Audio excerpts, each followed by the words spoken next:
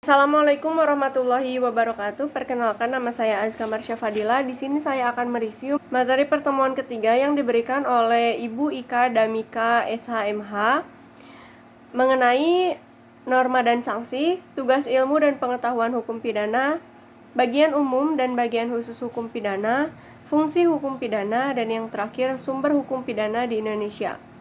Nah, norma dan sanksi. Norma yaitu suatu ketentuan mengenai sikap yang harus diambil oleh setiap orang dalam kehidupan bermasyarakat.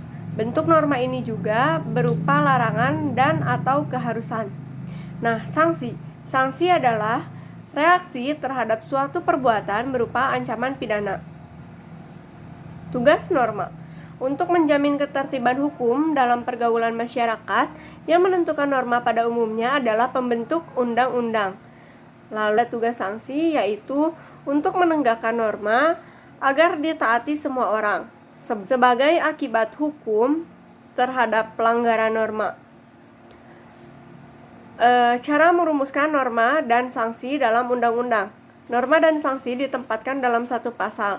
Norma dan sanksi diletakkan dalam pasal yang terpisah. Sanksi sudah dicantumkan lebih dahulu, sedangkan normanya belum.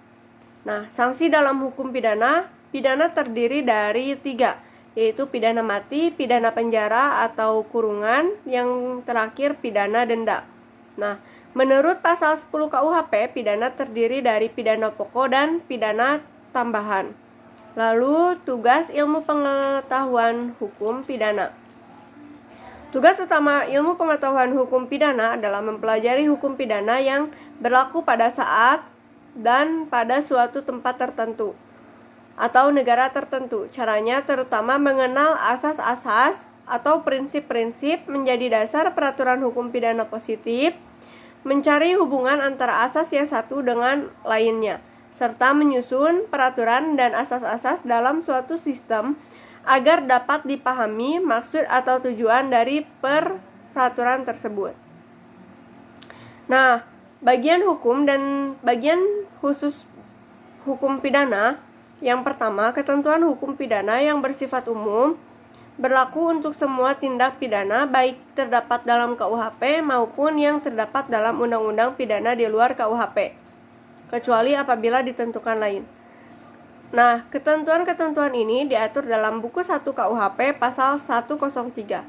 Lalu, ketentuan khusus, yaitu mengatur perbuatan-perbuatan yang dapat dipidana, ini diatur dalam buku 2 KUHP tentang kejahatan. Dalam buku 3 KUHP tentang pelanggaran dan juga diatur dalam undang-undang pidana di luar KUHP. Nah, fungsi hukum pidana terbagi menjadi 2, fungsi umum dan fungsi khusus.